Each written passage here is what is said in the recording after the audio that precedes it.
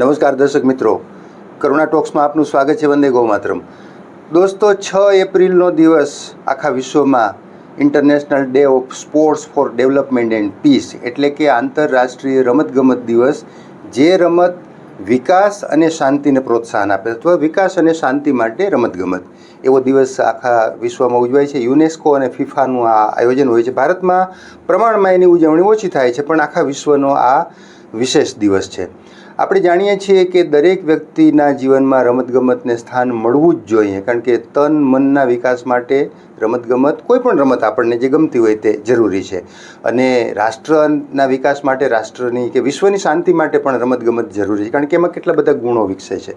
આ વાત હું એટલા માટે કરું છું, એક તો આજે 6 એપ્રિલ છે, અને બીજું મારી સાથે સ્ટુડિયોમાં એ વિષયના એક નિષ્ણાત એટલે કે સૌરાષ્ટ્ર યુનિવર્સિટીનું જે શારીરિક શિક્ષણ ભવન છે એના assistant professor doctor Bhavesh Raba સાહેબ અત્યારે મારી સાથે સ્ટુડિયોમાં ઉપસ્થિત છે. સાહેબ, આપનું સ્વાગત છે. નમસ્તે. નમસ્તે સાહેબ. સૌથી પહેલાં તો આજે રમતગમતનો દિવસ છે આંતરરાષ્ટ્રીય કક્ષાનો, એટલે ખૂબ ખૂબ અભિનંદન કે આપ એ વિષયના જ નિષ્ણાત છો. સૌથી પહેલાં મને એ જણાવો કે રમતગમતથી અમે જે રમતગમતને માનીએ છીએ, તમે થોડું જુદું માનો છો. રમતગમતથી અમે એવું માનીએ છીએ કે માત્ર આપણું તન મન હેલ્ધી રહે, પણ રમતગમતના ફાયદા શું, કેટલા બેનિફિટ હોય છે જે વ્યક્તિ રમતગમત સાથે જોડાયેલી હોય એને માટે? જી સર, રમતગમતના આમ જોવા જઈએ તો ઘણા બધા ફાયદાઓ છે. એક તો ફિઝિકલ એજ્યુકેશનનો મુખ્ય ધ્યેય છે ઓલ ઓવર ડેવલપમેન્ટ કરવું એ છે.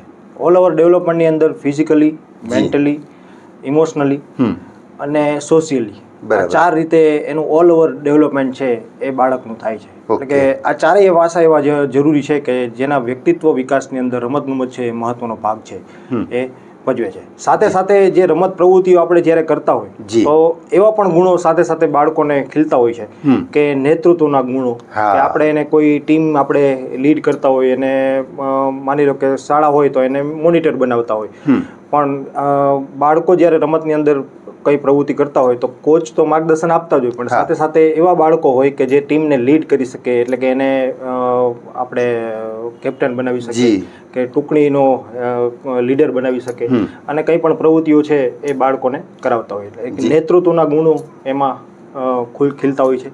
સાથે સાથે બાળકો સહકારમાં રમતા હોય છે, એટલે કે જુદા જુદા ધર્મના બાળકો હોય છે, જુદી જુદી જાતિના બાળકો હોય છે, અને જુદી જુદા પ્રદેશની વિશેષતા પ્રમાણે, ભાષા પ્રમાણે આપણો દેશ છે એટલે જુદી જુદી ભાષાના પણ બાળકો હોય છે.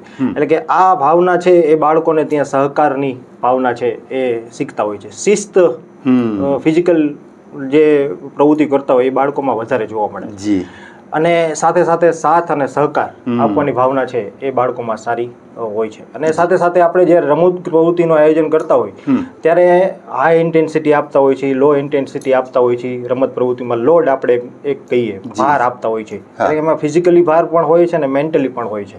તો એ સહન કરવાની શક્તિ છે એ બાળકોમાં વિશેષ છે સર ખીલતી હોય છે. આ રીતે બાળકનું છે ઓલ ઓવર ડેવલપમેન્ટ, કે બાળક રમતના મેદાન ઉપર તો શીખે જ છે, પણ સાથે સાથે સમાજમાં એ ગુણો ખીલે, અને સમાજમાં એ કંઈ પણ સારું કરવાનું વ્યક્તિત્વની ભાવના છે એ ખીલતી હોય છે. અને રમતોની અંદર નિયમોનું આપણે પાલન ખાસ કરીને કરતા હોય છે. ટાઈમ ટુ ટાઈમ આપણે સવારનું સેશન હોય તો ટાઈમે પહોંચી જવું, આ પ્રવૃત્તિ આપણે જે પણ કીધી છે એ કરવી, અને સાથે સાથે નિયમ આપણે ભંગ ન કરવો જોઈએ. ઓફિશિયલના, અમ્પાયરના નિયમોનું આપણે પાલન કરવું જોઈએ. આ જ ભાવના આપણને સમાજમાં પાછું શીખવે છે. સમાજમાં જે આપણા અનૈતિક ગુણો જે છે કે આ અમુક બાબતો આપણે નથી કરવાની, તો એ ભાવના છે એ રમતના મેદાનમાંથી આપણને સર શીખવા મળતી હોય છે. વાહ, ખૂબ સરસ. ઘણા બધા પ્લસ પોઈન્ટ જે છે રમતગમતના એ આપણે ગણાવી દીધા. અચ્છા, અત્યારે પરિસ્થિતિ એવી છે, છેલ્લા 15, 20, 25 વર્ષથી મોબાઈલનો વ્યાપ વધ્યો છે. બાળકો થોડાક ઘર ઘૂસલા થઈ ગયા છે ને, કાંઈ ઘરમાં બેઠા બેઠા મોબાઈલ રમ્યા કરે. આપણે જ્યારે નાના હતા તો સાયકલો શીખતા, તો પડતા ને ગોઠણ છોલાતા, એમ કરીને કોઈને કોઈ રીતે મેદાન સાથે જોડાયેલા હતા. કબડ્ડી રમતા, ખો રમતા, છૂટી દડી રમતા. હવે બાળકો, પેરેન્ટ્સે એવા થઈ ગયા છે કે બાળકને ચેપ લાગી જશે ને, છોલાઈ જશે તો આમ થશે ને તેમ થશે ને, ભણવાનું બગડશે ને, અને બાળકો એવા થઈ ગયા છે મોબાઈલ ને કમ્પ્યુટર અને લેપટોપ ઉપર બેસી જાય છે, મેદાનમાં નથી નીકળતા. તો ખરેખર દરેક પેરેન્ટ્સે પોતાના બાળકને હવે મેદાનમાં મૂકવાની એનો સમય આવી ગયો છે. હવે અત્યારે ઠીક જાગૃતિ વધી છે મને લાગે છે, પણ હજી જોઈએ એવી કદાચ નથી. આજથી 25 વર્ષ પહેલાં જે ખડતલ આપણે નાના હતા એવા બાળકોને પાછા કરવાની સમય આવી ગયો છે હવે. જી સર, એના વિશે સર એવું કહી શકું કે અત્યારે સોશિયલ મીડિયાનો એક તો ઉપયોગ બાળકો ખાસ કરીને ગેમ અને સોશિયલ મીડિયા ઉપર આપણે રમતગમત એવું માધ્યમ છે કે 2 કલાક આપણે એને જો મેદાનમાં લઈ આવીએ ખાલી 2 કલાક કે અડધી કલાક આપણે વધારે એને સમયની જરૂર નથી. પછી ભલે એને સોશિયલ મીડિયાનો કંઈ પણ ઉપયોગ કરવો હોય તો કરી શકે. આ 2 કલાક છે એ રમતમાં બાળક આવશે ને એટલે સોશિયલ મીડિયા કે મોબાઈલથી તો દૂર થઈ જાય. અને NEP 2020 અંતર્ગત સર આપણી જે રાષ્ટ્રીય શિક્ષા નીતિ એમાં પણ ફિઝિકલ એજ્યુકેશનને વધારે મહત્વ આપવામાં આવ્યું છે અને એમાં કરિક્યુલમ અંતર્ગત જે પ્રવૃત્તિઓ છે એ આપણે જોડવામાં આવી છે. અને સાથે સાથે એક હું કહું કે 2019માં ફિટ ઇન્ડિયા મુવમેન્ટ સર એની પણ અવેરનેસના પ્રોગ્રામો છે એ ચલાવે છે હાલમાં આપણે ગુજરાત સરકાર અને ભારત સરકાર, અને એનું પણ અવેરનેસ બાળકોમાં આવે છે. બાળકો આ પ્રવૃત્તિ કરવા માટે રમતના મેદાન સુધી પહોંચ્યા છે. અને હમણાં UGCએ સર એવો એક પરિપત્ર કર્યો છે કે આપણે ફિઝિકલી બાળકો જે પ્રવૃત્તિઓ નથી કરતા અને મેન્ટલી તો એ સારા જ થાય છે, એટલે કે માનસિક યોગ્યતા એની સારી છે, પણ ફિઝિકલમાં ક્યાંક ને ક્યાંક એ પાછા ન પડે એના માટે થઈને ફિઝિકલી અને મેન્ટલી બંનેમાં એનું ડેવલપમેન્ટ થાય એના માટે થઈ અને ફિઝિકલ ની એક એક્ટિવિટી એની જે આપણે ટેસ્ટ એન્ડ મેઝરમેન્ટમાં એક અમારો ફિઝિકલ એજ્યુકેશનમાં સબ્જેક્ટ આવે છે. જુદી જુદી એની જે સહન શક્તિ હોય છે, એ પછી બળ હોય છે, ઝડપ હોય છે, એનું આપણે માપન આપણે કરતા હોય છે. આ જ ગુણોનું માપન કરી અને 12 મિનિટ દોડ ચાલ કસોટી છે અને હાર્ટ કસોટી છે, ફેફસાની શ્વાસ લેવાની યોગ્યતા કેવી છે, આ કસોટીઓના કમ્પોનેન્ટ છે એ હવે UGC એવું કહે છે કે ભાઈ આ બાળકોને ગ્રેજ્યુએશન જે હવે કરવા આવશે એને આપણે થિયરી પરીક્ષા તો આપણે લઈએ જ છીએ, બૌદ્ધિક યોગ્યતા તો એની માપન થાય છે બરાબર, પણ સાથે સાથે ફિઝિકલી સેમેસ્ટરના અંતે 12 મિનિટ દોડ ચાલ કસોટી છે કે અન્ય કસોટી બળ, ઝડપ, ચપળતા કે નમનીયતા એનું માપન ફિઝિકલ ફિટનેસના કમ્પોનેન્ટનું માપન થઈ શકે એવી રીતે એક ટેસ્ટ આપણે આમની લેવાની અને એમાં પણ પાસ એમને થવાનું. તો આ પણ એક પ્રયાસ એક સારો કહેવાય કે એ બાળકો છે એ રમતના મેદાન સુધી આના માટે પ્રવૃત્તિ કરવા માટે થઈને આવશે અને ત્યારબાદ એની રસ અને રુચિ જાળવશે. વાહ વાહ, ખૂબ સરસ. અચ્છા સાહેબ, અત્યારે તમે શારીરિક શિક્ષણ વિભાગમાં અધ્યાપક છો, તો જનરલી ઘણી વખત એટલે જે બાળકો ત્યાં ભણે છે અથવા તો ભણી ગયા છે એને ખબર છે કે ભાઈ આમાં આટલા કોર્સિસ છે અથવા તો આવા પેપર્સ હોય છે, આ પ્રકારનું શિક્ષણ અપાય છે, પણ પબ્લિકને હજી નથી ખબર હોતી કે ભાઈ MPEdનો અભ્યાસક્રમ આપણી સૌરાષ્ટ્ર યુનિવર્સિટીમાં સરસ રીતે ચાલે છે.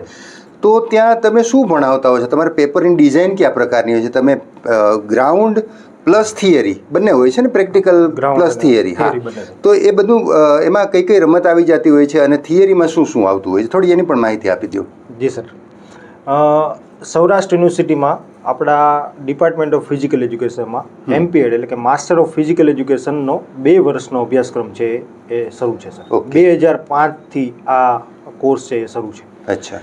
અને આ ડિપાર્ટમેન્ટનો કોર્સ છે MPEd એ સૌરાષ્ટ્રનો એકમાત્ર ડિપાર્ટમેન્ટ છે સર કે જે આખા સૌરાષ્ટ્રમાં માત્ર એક જ ડિપાર્ટમેન્ટમાં આપણે કોર્સ થાય છે. અને આ કોર્સમાં 4 સેમેસ્ટરમાં ડિવાઈડ કરવામાં આવેલ છે, જેમાં 4 પેપરો વિદ્યાર્થીઓને ભણવાના હોય છે અને સાથે સાથે એની 3 સેમેસ્ટરની અંદર એની ફિઝિકલ ફિટનેસના કમ્પોનેન્ટનું પરફોર્મન્સ લેવાનું હોય છે. એમાં દોડ, કૂદ અને ફેકની ઇવેન્ટનું એનું પરફોર્મન્સ હોય છે. અને સાથે સાથે એને 2 ગેમ હોય છે, 4 ગેમ હોય છે, એમાંથી 2 એને ગેમ રાખવાની હોય છે, જેમાં ટીમ ઇવેન્ટ અને વ્યક્તિગત ઇવેન્ટનો અમે સિલેબસની કરિક્યુલમની અંદર એડ કરવામાં આવેલ છે. બરાબર. અને આ રીતે એનું સેમેસ્ટરમાં થિયરી અને પ્રેક્ટિકલ બંને બાળકોને થાય અને એનું ડેવલપમેન્ટ થાય એવી રીતે અમે અભ્યાસ કરાવીએ છીએ. આ MPEd પૂર્ણ કર્યા બાદ એ વિદ્યાર્થીને શાળાની અંદર, કોલેજની અંદર એ શિક્ષક તરીકે પોતાની કારકિર્દી છે એ બનાવી શકે. વાહ જી. અચ્છા, એના ઉપરાંત કોઈ ચાન્સ, માનો કે કોઈને ટીચિંગમાં નથી જવું તો બીજું કંઈ કરી શકે આ અભ્યાસ કર્યા પછી? જી સર, એ કોઈ રમત સાથે જોડાયેલો હોય અને સ્પેશિયલાઇઝેશન ગેમ હોય અને એ બાળકો અમારા સાથે સાથે ઇન્ટર કોલેજ ને ઇન્ટર યુનિવર્સિટી અને ઓલ ઇન્ડિયા સ્પર્ધાઓમાં પણ ભાગ લેતા હોય છે અને સ્કૂલ ગેમ સ્પર્ધાઓમાં પણ ભાગ લઈને આવતા હોય છે. બરાબર. એટલે કે આ મોસ્ટ સિનિયર સ્પર્ધાઓ થઈ એટલે કે એને મેડલ પણ મેળવેલા હોય છે અને ઘણા વિદ્યાર્થીઓ નેશનલ પણ રમેલા હોય છે. તો આ વિદ્યાર્થીઓ છે કોઈ એકેડમી હોય કે કોઈ સંસ્થા હોય ત્યાં કોચિંગ પણ આપી શકે છે, પોતાની એકેડમી ખોલી અને કોચિંગ પણ આપી શકે છે. વાહ, એટલે એને જોબ ન કરવી હોય તો પોતાનું પણ કરી શકે. અચ્છા, સૌરાષ્ટ્ર યુનિવર્સિટી છેલ્લા 2 વર્ષથી એવું અમારા મીડિયાના ધ્યાનમાં આવે છે કે ભાઈ સરસ મજાને ઇવેન્ટના આયોજન કરે છે આખા નેશનલ લેવલના, જે ભૂતકાળમાં કદાચ વર્ષો પહેલાં થયા હશે પણ હમણાં કેટલાય વર્ષથી બંધ હતું. તો છેલ્લા 1.5-2 વર્ષ દરમિયાન જે મોટી નેશનલ લેવલની ઇવેન્ટ આપણે ત્યાં થઈ હોય આપણા કેમ્પસ ઉપર, એવી પણ થોડી વિગત આપી દો જેને કારણે લોકોને ખ્યાલ આવે કે સૌરાષ્ટ્ર યુનિવર્સિટીનું જે સ્પોર્ટ્સની આખી વ્યવસ્થા છે એ કેવી રીતે ડેવલપ થઈ રહી છે. સૌરાષ્ટ્ર યુનિવર્સિટીમાં શારીરિક શિક્ષણ વિભાગ એટલે કે ફિઝિકલ એજ્યુકેશન સેક્શન સર, દરેક યુનિવર્સિટીમાં એ ડિપાર્ટમેન્ટ હોય છે. બરાબર. એમાં એક જે વ્યવસ્થાના ભાગરૂપે director of physical education, director of physical આપણે શારીરિક શિક્ષણ નિયામક એ જરૂરી આ બધી વ્યવસ્થા છે એ સંભાળતા હોય છે. અને એ આપણે 20 વર્ષ પહેલાં ઘણી બધી સ્પર્ધાઓ સર કરેલી છે. ક્રિકેટ છે, ટેબલ ટેનિસ છે, એનું આયોજન આપણે ભૂતકાળમાં કરેલું છે. ત્યારબાદ ગયા વર્ષે આપણે વેસ્ટ ઝોન આંતર યુનિવર્સિટી હેન્ડબોલ ભાઈઓ ટુર્નામેન્ટ, સૌથી મોટી ટુર્નામેન્ટ સર, 70 ઉપર ટીમો છે એ ભાઈઓની 5 રાજ્યોમાંથી વિદ્યાર્થીઓ ખેલાડીઓ છે એ રમવા માટે છે આવતા હોય છે. બરાબર. અને ગયા વખતે આપણી ટીમ સૌરાષ્ટ્ર યુનિવર્સિટીની હેન્ડબોલ ભાઈઓની ટીમ એ સ્પર્ધાની અંદર ચેમ્પિયન થઈ. વાહ. અને ઓલ ઇન્ડિયાની અંદર પણ આપણું પરફોર્મન્સ ત્યાં સારું હતું. અને આપણે હવે ખેલો ઇન્ડિયામાં આ વર્ષે હેન્ડબોલ છે એડ થયું છે, એટલે આ વર્ષે આપણને ફાયદો મળશે કે ઓલ ઇન્ડિયાની અંદર ટોપ જે 8 ટીમો છે એ ખેલો ઇન્ડિયા રમવા માટે ક્વોલિફાઈ થાય છે. વાહ. એટલે ગયા વર્ષે એડ નહોતું, નકર આપણે ખેલો ઇન્ડિયામાં ગયા વર્ષે આપણે એડ થઈ જાય, પણ આ વર્ષે એડ છે એટલે આ વર્ષે આપણે ખેલો ઇન્ડિયાની અંદર એડ થઈ જશું. ઓકે. બીજું સર, આ વર્ષે આપણે સૌરાષ્ટ્ર યુનિવર્સિટીએ 3 મોટી ટુર્નામેન્ટ છે એ આયોજન કરેલું છે અને આપણી માટે મેજર ટાસ્ક હતો સર. અને વેસ્ટ ઝોન ક્રિકેટ ટુર્નામેન્ટ સૌથી મોટી ટુર્નામેન્ટ, 154 જેવી ટીમો છે 5 રાજ્યની ભાગ લીધો હતો. અને આ સ્પર્ધા ખૂબ જ અમારા માટે પણ મોટો ટાસ્ક હતો. હરીશભાઈ રાબાસર અને એમની આખી ટીમ, અને એ ટીમમાં હું પણ હતો. અને આપણા માટે મેજર ટાસ્ક હતો કે આ કેવી રીતે કરવું, આવડી મોટી વ્યવસ્થા, અને બહારથી જે વિદ્યાર્થીઓ કે ખેલાડીઓ જે રમવા માટે આવે છે તો એને ભોજનની વ્યવસ્થા, રહેવા માટેની વ્યવસ્થા, મેદાન આપણે સારા આપ્યા, અને ટ્રાન્સપોર્ટેશન સારું આપ્યું, અને યુનિવર્સિટીએ પણ આપણને ખૂબ સારો સપોર્ટ છે એને કર્યો. અને એનાથી આપણે આ ટુર્નામેન્ટ છે સર ખૂબ સારી થઈ અને આપણને પણ રિઝલ્ટ મળ્યું. વેસ્ટ ઝોનની અંદર આપણે ક્રિકેટની અંદર આપણે ઘણા સમયથી રિઝલ્ટ સારું જ છે આપણી ટીમ, પણ આ વર્ષે આપણે વેસ્ટ ઝોનની અંદર બ્રોન્ઝ મેડલ મેળવેલ છે. એટલે કે વેસ્ટ ઝોનની અંદર આપણે 3rd પોઝિશન ઉપર આવ્યા છીએ. અને ઓલ ઇન્ડિયાની અંદર આપણી આ વખતે પહેલી એન્ટ્રી થઈ છે. એટલે કે એન્ટ્રી તો થઈ છે અગાઉમાં, પણ આપણને મેડલ મળેલો નહોતો. એટલે કે 1 થી 3માં આપણે ત્રીજો બ્રોન્ઝ મેડલ છે એ ઓલ ઇન્ડિયામાં પણ આપણે મેળવ્યો છે. અને આ માટે સમગ્ર યુનિવર્સિટી પ્રશાસન છે એને ખૂબ જ સાથ અને સહકાર આપ્યો. આપણી જે ટીમ છે અધ્યાપકોની કે ખેલાડીઓની, વોલેન્ટિયરની, એની આપણી સાથ અને સહકારથી આ ટુર્નામેન્ટ છે સર ખૂબ સારી રીતે આયોજન થયું. અને ત્યારબાદ આપણે 5 કે 6 દિવસનો ગાળો રહી અને તરત west zone handball woman tournament sir, એટલે કે 1 જ મહિનાની અંદર 3 ટુર્નામેન્ટ આપણે પૂર્ણ કરી, અને એ પણ ખૂબ સારી સફળતાપૂર્વક. અને વેસ્ટ ઝોન વુમન હેન્ડબોલમાં પ્રથમવાર આપણી મહિલાઓની ટીમ છે એ ચેમ્પિયન થઈ. અને હમણાં જે અર્નાકુલમ ખાતે મહાત્મા ગાંધી યુનિવર્સિટી ખાતે ઓલ ઇન્ડિયા સ્પર્ધા રમવા માટે ગયા હતા, અને અહીંયા પણ સારું પરફોર્મન્સ કર્યું છે, પણ આપણે ટોપ 8માં ત્યાં નથી. આવતા વર્ષે આપણને એ પણ બેનિફિટ આપણને મળશે. જી, ખૂબ સરસ, ખૂબ સરસ. આપણી યુનિવર્સિટી અને ખેલાડીઓ તમારા બધાના મહેનતથી સરસ રીતે કામ કરી રહ્યા છે. યુનિવર્સિટીના પ્રશાસનની પણ ખૂબ તમને સાથ સપોર્ટ મળતો હશે તો જ તમે લોકો કામ કરી શકો, એ બહુ સીધી વાત છે. અચ્છા સાહેબ, એક ખાસ પૂછવું છે, વિદ્યાર્થીઓ જ્યારે કોઈ જીમમાં જતા હોય છે, કોઈ સ્પોર્ટ્સમાં જતા હોય, કોઈ જુદી જુદી રમતમાં પ્રાઇવેટ એકેડેમીઓમાં જતા હોય છે, તો એને ઘણી વખત એવું કહેવામાં આવે, ક્યારેક સોશિયલ મીડિયામાં વિદ્યાર્થીઓ સાંભળતા હોય છે કે આ ખાવ તો તમારી શક્તિ વધી જાય ને, આમ બાવડા જેને કહેવાય બોડી બિલ્ડિંગ થઈ જાય ને, ફલાણું ખાવ તો થઈ જાય ને, ઓલા આવડા ડબ્બા પીઓ પ્રોટીનના તો તમે સ્પોર્ટ્સમેન તમારે થવું હોય તો તમારે આ બધું અમુક જે મારે અહીંથી ઉલ્લેખ નથી કરવો એવી વસ્તુ તમારે ખાવી પડે, એવું તમારે પીવું પડે, આ બધે પ્રોટીન પીવા પડે. વાસ્તવમાં આપણી ગુજરાતી થાળી છે એ સ્પોર્ટ્સમેન કે સ્પોર્ટ્સ ગર્લ માટે યોગ્ય છે? શાકાહાર, હું બહુ સ્પષ્ટ કહું છું, શાકાહાર છે એ પૂરતો છે? પછી કાંઈ બીજું તમારે ખાવાની જરૂર નથી રહેતી? મારું મંતવ્ય છે. જી સર, નથી રહેતી સર. આપણા થોડુંક હું પૂર્વજમાં વાત કરી છું, આપના પૂર્વજ કે મારા પૂર્વજ, હવે એ ત્યારે કોઈ માંસાહાર કે લેતા નહીં. આપણો કૃષિ પ્રધાન દેશ છે અને આપણો અનાજ પણ એટલા બધા છે કે જેમાંથી આપણને પ્રોટીન છે, ફાઈબર છે, કાર્બોહાઈડ્રેટ છે, એ સારી રીતે મળી શકે છે.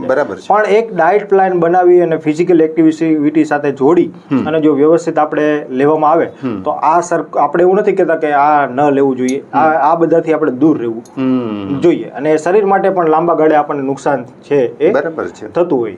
જે રમતને અનુરૂપ આપણે એ મુજબનો આહાર પ્રોવાઈડ કરી અને જો આપણે પરફોર્મન્સ લેવલ ઉપર આપણે એને તાલીમમાં એડ કરીએ તો આરામથી સર સારું પરફોર્મન્સ છે એ આપણે મળતું હોય છે. આ કોઈ પ્રોટીન પાવડર કે આપણે કોઈ નોનવેજ કે એવું કંઈ લેવાની જરૂર રહેતી નથી. અને તે છતાંય ઘણા આપણી પાસે એવા ખેલાડીઓ છે કુસ્તીના હરિયાણામાંથી આપણને જોવા મળે છે કે કોઈ પણ જાતનું સર આ બધા પ્રોટીન પાવડર ને અન્ય વસ્તુઓ છે એ લેતા નથી. તે છતાં ઇન્ટરનેશનલ લેવલ ઉપર સારું આપણને મેડલ છે એ આપે.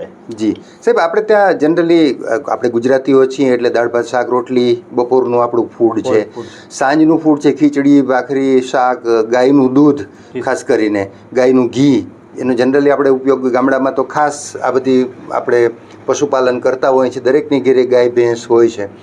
તો ગાયનું દૂધ, ગાયનું ઘી અને શાકાહાર એ એક સ્પોર્ટ્સના માણસ માટે જેને કહેવાય કે આમ એ લે તો એને બેનિફિટ થાય.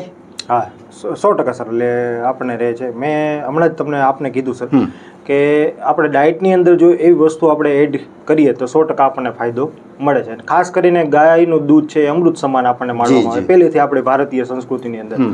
અને ખાસ કરીને ગીર ગાયનું દૂધ છે જો આપણે લઈએ અને સાથે સાથે આપણે જે રીતે અત્યારે જે બહાર આપણે એવું કહીએ કે માર્કેટની અંદર જે પ્રોટીન પાવડરના ડબ્બા ને એવું આપણને મળે છે, પણ આ જ વસ્તુ કઠોળને આપણે જો ઘરે પીસી બરોબર એનો પાવડર બનાવી અને જો આપણે પીવામાં આવે અને સાથે ફ્રૂટ ને કેળા ને સફરજન ને છે એડ કરી અને પીવામાં આવે તો એ પણ એના જેટલું જ જે પ્રોટીન પાવડર છે એના જેટલું જ આપણને સક્ષમ બનાવે છે અને એ આપણને ફાયદો અપાવે છે. જી દર્શક મિત્રો જે સાંભળે છે એને ખાસ અપીલ કે જે સાહેબે જે આખી ટિપ્સ આપી એ પ્રમાણે આપણે ડાયટને ફોલો કરશું તો આપણે કોઈ પણ ક્ષેત્રના સારા રમતવીર થઈ શકશું. એટલે એમાં કંઈ બીજું આચર કુચર અથવા તો જે નથી ખાવાનું એ ખાવાની કે નથી પીવાનું એ પીવાની જરૂર નથી રહેતી.